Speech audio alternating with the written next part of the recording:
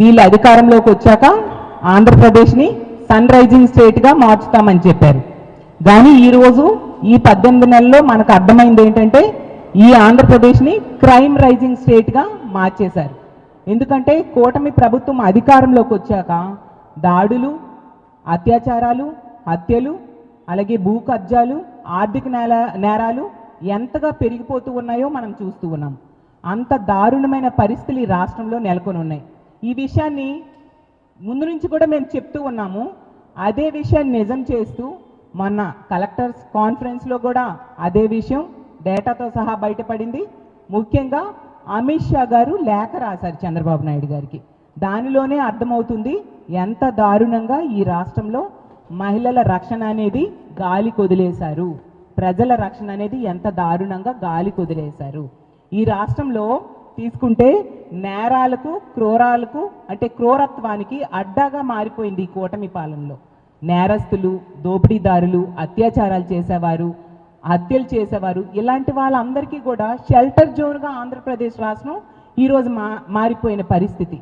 నేరస్తుల వలన crime rate పెరగడమే కాకుండా ఈ నేరస్తుల్లో ఎక్కువగా తెలుగుదేశం పార్టీ నాయకులు, కార్యకర్తలు ఉండడం అత్యంత దురదృష్టకరం, అత్యంత సిగ్గుచేటు.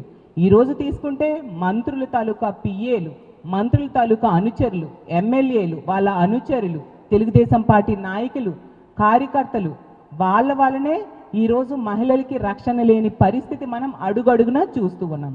అంత దారుణంగా విచ్చలవిడిగా అఘాయిత్యాలు, అత్యాచారాలు, వేధింపులు తెలుగుదేశం పార్టీ నాయకులే ఎక్కువగా చేస్తూ ఉన్నారు.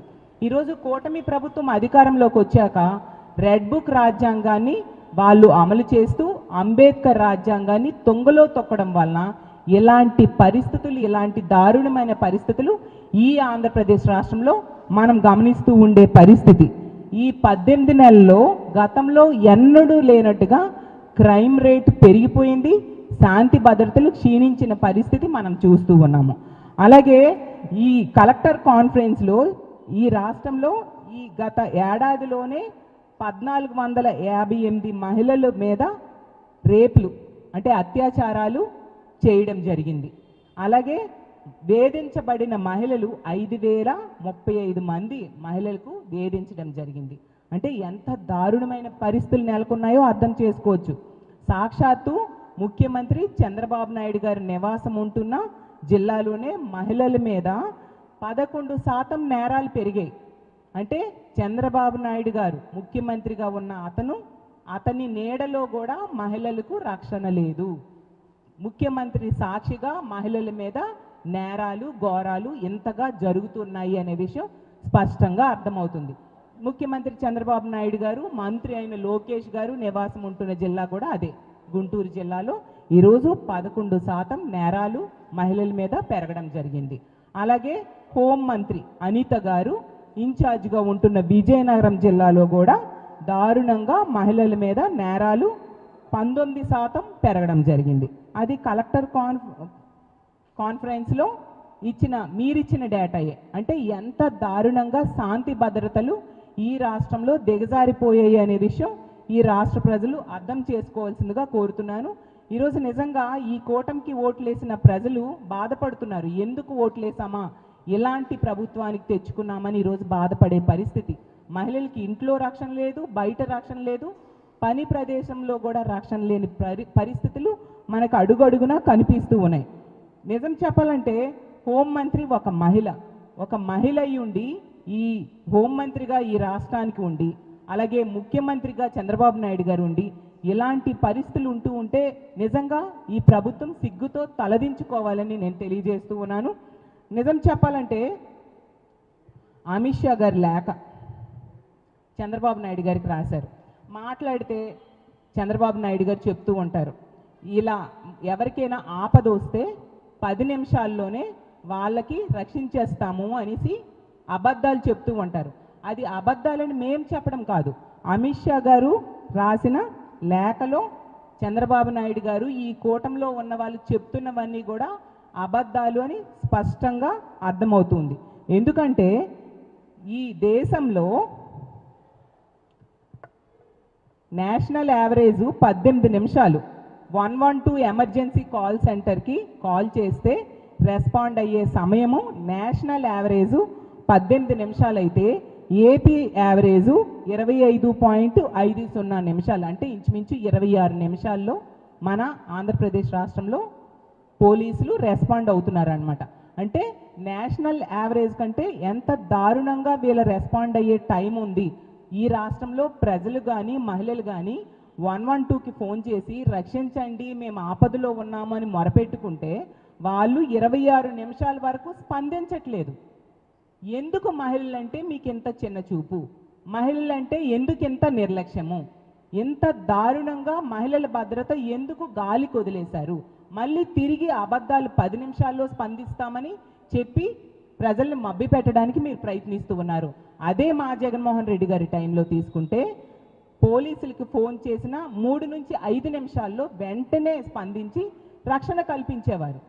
కానీ ఈరోజు ఇంత దారుణంగా దేశంలోనే దారుణంగా ప్రజలు ఇచ్చే కంప్లైంట్కి కాల్ సెంటర్కి కాల్ చేస్తే 26 నిమిషాల వరకు మీరు స్పందించట్లేదంటే పోలీస్ వ్యవస్థ ఉందా లేదా, ముఖ్యమంత్రి గారు ఉన్నారా లేదా, హోంమంత్రి ఉన్నారా లేదా అర్థం కాని దురదృష్టకరమైన పరిస్థితులు ఈరోజు ఈ రాష్ట్రంలో నెలకొని ఉన్నాయి. దానికి ఎన్నో ఉదాహరణలు మొన్ననే చూసాం. మంత్రి సంధ్యారాణి గారి పిఏ ఎంత దారుణంగా ఒక ప్రభుత్వ ఉద్యోగిని వేధిస్తే ఆమె పోలీస్ స్టేషన్కి వెళ్ళి కంప్లైంట్ ఇచ్చింది. అలాగే మీడియా ముందుకు వచ్చి ఏడ్చి తన బాధని చెప్పుకోవడం జరిగింది. కనీసం పోలీసులు స్పందించారా? తిరిగి ఆమెకి పోలీస్ స్టేషన్స్ చుట్టూ తిప్పడం జరిగింది. హాస్పిటల్ తీసుకెళ్లి పరీక్షలు చేశారు, కోర్టు ముందు స్టేట్మెంట్ ఇప్పించారు. మరి ఈ పని చేసిన సంధ్యారాణి గారి పిఏకి ఎటువంటి శిక్ష మీరు వేశారు? కనీసం అరెస్ట్ చేశారా? అతనికి పోలీస్ స్టేషన్కి తీసుకొచ్చారా? అతనికి హాస్పిటల్కి కానీ కోర్టు ముందు కానీ హాజరుపరిచారా అని నేను అడుగుతున్నాను. అంటే బాధించిన వాళ్ళు కాకుండా బాధించబడిన వాళ్ళకే మీ ప్రభుత్వంలో శిక్షలు ఉంటాయి, ఈ విధంగా వేధింపులు ఉంటాయి అనడానికి తాజా ఉదాహరణ. ఎంత దారుణంగా ప్రభుత్వ ఉద్యోగి అయిన మహిళ ఈ విధంగా ఒక మంత్రి పిఏ వలన వేధించబడితే కనీసం రెస్పాండ్ కాని పరిస్థితి మనం చూస్తూ ఉన్నాము. అలాగే పోలీసులు రెస్పాండ్ కావట్లేదు అనడానికి ఎన్నో సంఘటనలు తీసుకుంటే రాంబిల్లిలో మనం చూసాం. ఒక అమ్మాయిని ఒక అబ్బాయి వేధిస్తూ ఉంటే అతను అరెస్ట్ అయ్యి మళ్ళీ బయటకు వచ్చి ఆ అమ్మాయిని వేధించడం ప్రారంభించాడు. ఆ ఇంట్లో వాళ్ళు కంప్లైంట్ ఇస్తే పోలీసులు రెస్పాండ్ కాకపోతే ఆ వ్యక్తి వచ్చి ఇంటికి వచ్చి ఆ అమ్మాయికి పీక కోసి చంపేయడం జరిగింది.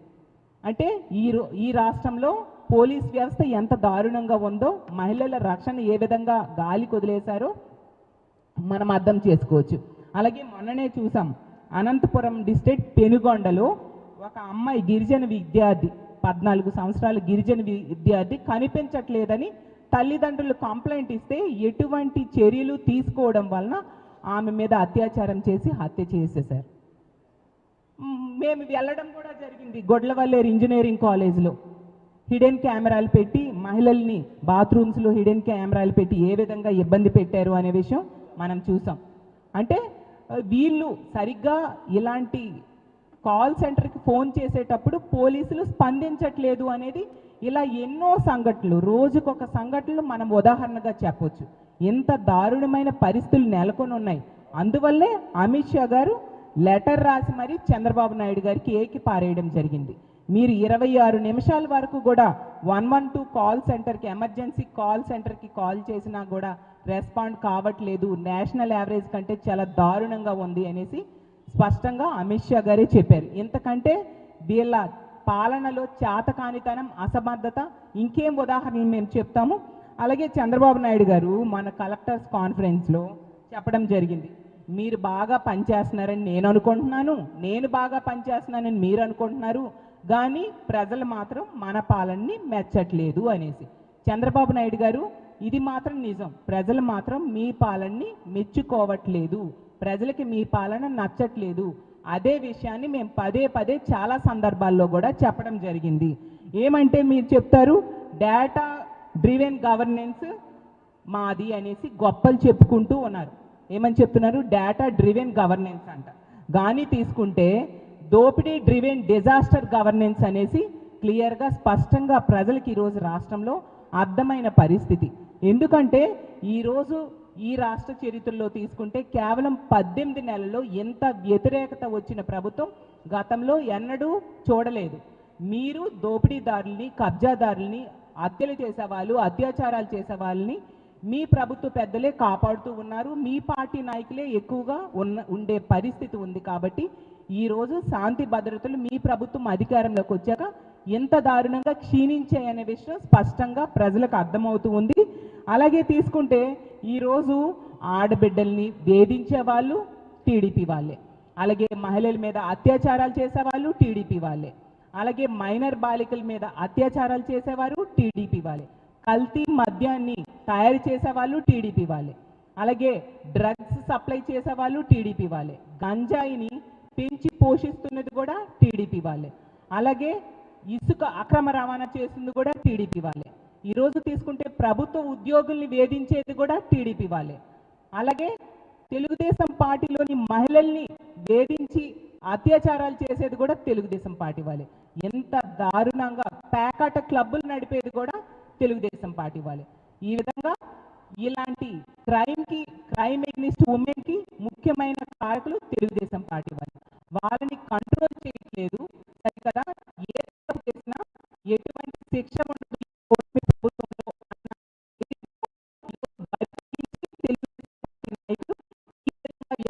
ఉండే పరిస్థితి మనకి క్లియర్గా స్పష్టంగా అర్థమవుతుంది.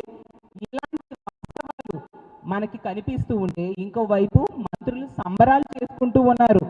చంద్రబాబు నాయుడు గారు గట బిజినెస్ రిఫార్మర్ అవార్డు వచ్చింది, నాయుడుగిరి అనేసి దేశమంతా కూడా మెచ్చుకుంటున్నారు, అతనికి ప్రశంసిస్తున్నారు అనేసి తెలుగుదేశం పార్టీ మంత్రులు, ఈ కూటమిలో ఉన్న మంత్రులు, నాయకులు సంబరాలు చేసుకుంటూ ఉన్నారు.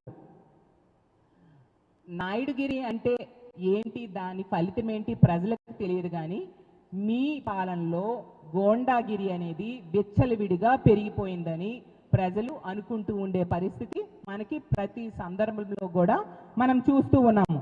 ఎందుకంటే ఎంత దారుణంగా లా అండ్ ఆర్డర్ దిగజారిపోయిందని అమిత్ షా గారు చెప్పడమే కాకుండా ప్రతి కలెక్టర్ కాన్ఫరెన్స్లో కూడా ఇదే విషయం స్పష్టంగా మీ నివేదికలు తెలియజేస్తూ ఉండే పరిస్థితి మనం చూస్తూ ఉన్నాము.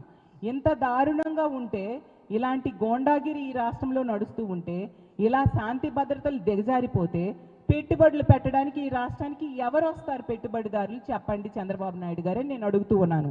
ఈరోజు బిజినెస్ రిఫార్మ్ అవార్డు అనేది వాళ్ళు ఏ పారామీటర్లో ఇచ్చారో తెలియదు. కానీ చంద్రబాబు నాయుడు గారి పాలనలో గంజాయి, డ్రగ్స్, కల్తీ మద్యం విచ్చలవిడిగా తెలుగుదేశం పార్టీ నాయకుల ఆధ్వర్యంలో జరుగుతూ ఉండే పరిస్థితి. ఈ కేటగిరీలో కనుక వీళ్ళు రిపోర్ట్ ఇచ్చి అవార్డ్స్ ఇస్తే చంద్రబాబు నాయుడు గారికి దేశంలోనే కాదు ప్రపంచంలోనే నెంబర్ 1 స్థానం వస్తుంది. అది మాత్రం స్పష్టంగా మనకు అర్థమవుతూ ఉండే పరిస్థితి చూస్తూ ఉన్నాము. ఇంకా మన కలెక్టర్ కాన్ఫరెన్స్లో తీసుకుంటే నార్కోటిక్స్, డ్రగ్ ట్రాఫికింగ్లో 16 జిల్లాల్లో రైజింగ్ స్టేజ్లో మన రాష్ట్రం ఉంది. ఎంత దారుణం, 16 జిల్లాల్లో పెరుగుతూ ఉందన్నమాట. మద్యము, గంజాయి, డ్రగ్స్ వినియోగము, సరఫరా పెరుగుతూ ఉండే పరిస్థితి ఈ రాష్ట్రంలో ఉందని కలెక్టర్స్ కాన్ఫరెన్స్లో వాళ్ళే తెలియజేశారు. ఇవన్నీ కూడా మేము ముందు నుంచి మొత్తుకుంటూ ఉన్నాం, ఎంత దారుణంగా మీ పాలన ఉందని. అదే విషయాన్ని ప్రభుత్వమే చెప్పడం జరిగింది. ఈరోజు తీసుకుంటే డ్రగ్స్, గంజాయి, కల్తీ ఇల్లీగల్ లిక్కర్ ఎంత దారుణంగా పెరిగిందంటే శ్రీకాకుళం జిల్లాలో 213% గ్రోత్ ఉంటే నెల్లూరు జిల్లాలో 121% గ్రోత్. అలాగే తీసుకుంటే కోనసీమలో 72%, ఏలూరులో 50% గ్రోత్, కర్నూలులో 50%, గుంటూరులో 44%, ప్రకాశంలో 37%, కాకినాడలో 36.4%, వెస్ట్ గోదావరిలో 36.4%, విజయనగరంలో 28.4%. ఇవన్నీ గ్రోత్ ఇంత ఎక్కువ పెరిగిపోయాయి అన్నమాట. అలాగే ఎన్టీఆర్ డిస్ట్రిక్ట్లో 24.3%, కృష్ణాలో 20%, పల్నాడులో 6.7%, అన్నమయ్యలో 5.9%, తిరుపతిలో 1.3%. ఇలా 16 డిస్ట్రిక్ట్స్లో దారుణంగా వీటి గంజాయి, డ్రగ్స్, మద్యము ఎంత దారుణంగా పెరిగిపోయాయని మీరిచ్చిన రిపోర్ట్లో ఉందంటే ఈ రాష్ట్రంలో మరి నేరాలు జరగక ఏం జరుగుతుంది? వీటిని అరికట్టడంలో మీరు విఫలమవడం వలన వీటికి బానిసయ్యి మహిళల మీద, ప్రజల మీద దాడులు ఎక్కువైపోయిన పరిస్థితి మనం చూస్తూ ఉన్నాము. ఈరోజు ఇలాంటి పరిస్థితులు రాష్ట్రంలో ఉన్నాయి కాబట్టే మద్యము, గంజాయి, డ్రగ్స్ విచ్చలవిడిగా దొరుకుతూ ఉంది కాబట్టే ఈరోజు రోజుకి 70-80 మంది మహిళల మీద అఘాయిత్యాలు జరుగుతున్నాయని మీరిచ్చిన రిపోర్ట్లోనే ఉంది. అంటే గంటకి 3-4 మహిళల మీద అఘాయిత్యాలు, అత్యాచారాలు, హత్యలు జరుగుతూ ఉండే పరిస్థితి. మరి మహిళలకి రక్షణ ఎలా ఉంటుంది? మీరు వీటన్నిటిని కంట్రోల్ చేయకపోతే ఈ రాష్ట్రంలో మహిళలు జీవించాలా వద్దా అర్థం కాని పరిస్థితి. వలసలు వెళ్ళిపోయే పరిస్థితి రానున్న రోజుల్లో మహిళలకి ఈ రాష్ట్రంలో నెలకొని ఉంటుందని తెలియజేస్తూ ఉన్నాను. నిజంగా ఎంత దారుణమైన పరిస్థితులు ఉన్నాయనేసి మీరే చెప్తూ ఉంటే మీరు ఎందుకు అరికట్టడంలో విఫలమవుతూ ఉన్నారు? అసలు ముఖ్యమంత్రి ఉన్నారా? హోంమంత్రి ఉన్నారా? పోలీస్ వ్యవస్థ ఈ రాష్ట్రంలో ఉందా లేదా? మాట్లాడితే హోంమంత్రి గారు ఒక మహిళా హోంమంత్రి మా జగనన్న మీద తిట్టడంలో ఆవిడ ముందు ఉంటారు, ప్రెస్ మీట్స్ పెట్టి మరి రోజు తిడుతూ ఉంటారు. మరి వీటన్నిటికీ హోంమంత్రి గారు, ఈ రాష్ట్ర హోంమంత్రి గారైన అనిత గారు సమాధానం చెప్పాలా లేదా? అసలు సమాధానం చెప్పే ధైర్యం ఉందా మీకు? హోంమంత్రి, కేంద్ర హోంమంత్రి అమిత్ షా గారు రాసిన లేఖకి నిజంగా సిగ్గుతో మీరు తలదించుకోవాలి. దానికి సమాధానం చెప్పాల్సిన ధైర్యం మీకు ఉందా అనిత గారు అని నేను అడుగుతూ ఉన్నాను. అలాగే తీసుకుంటే మొన్ననే చెప్పడం జరిగింది, కేంద్ర హోంశాఖ నివేదికలో మన ఆంధ్రప్రదేశ్ రాష్ట్రం బిఎన్ఎస్ఎస్ చట్టాల అమలులో 36వ స్థానానికి, అత్యంత అట్టడుగు స్థానానికి దిగజారిపోయింది ఆ నివేదికలో. మరి దీనికి కారణం ఏంటి? సమాధానం చెప్పే ధైర్యం మీకు ఉందా హోంమంత్రి గారు అని నేను అడుగుతూ ఉన్నాను. అలాగే గంజాయి, డ్రగ్స్, అలాగే ఇల్లీగల్ మద్యంలో ఈ రాష్ట్రం ఎంత విచ్చలవిడిగా ఏరులై పారుతున్నాయో మీరు అరికట్టడంలో విఫలమయ్యారు కదా. దీనికి సమాధానం చెప్పే ధైర్యం మీకు ఉందా హోంమంత్రి అనిత గారు అని నేను అడుగుతూ ఉన్నాను.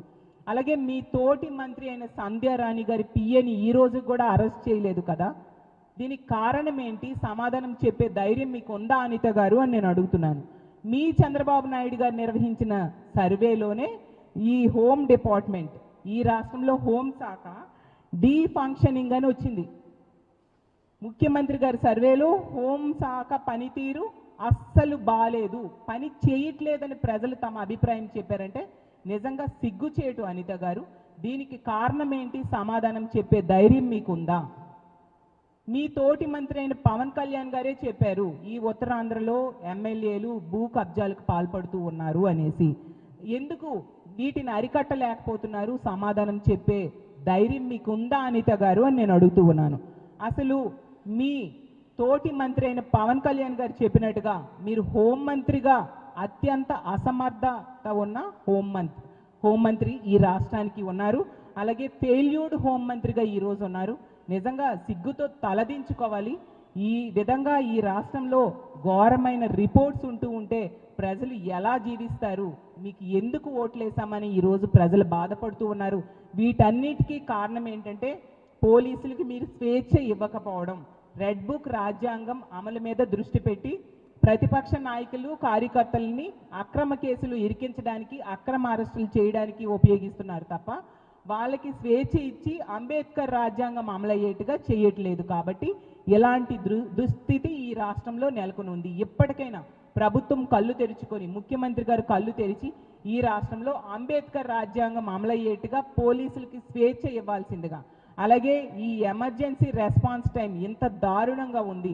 నిజంగా ప్రజలు ఏదైనా కష్టం వస్తే, వాళ్ళకి ఏదైనా ఆపద వస్తే కాల్ చేసే 112కి కాల్ చేస్తే ఎంత సమయం తీసుకుంటే, ఎంత నిర్లక్ష్యంగా మీరు రెస్పాండ్ అవుతూ ఉంటే ప్రజలు ఏ విధంగా జీవిస్తారు? ఇప్పటికైనా మీరు బుద్ధి తెచ్చుకొని ప్రజలకి మేలు జరిగేట్టుగా అంబేద్కర్ రాజ్యాంగం అమలయ్యేట్టుగా చేయాల్సిందిగా చంద్రబాబు నాయుడు గారిని కోరుతున్నాను.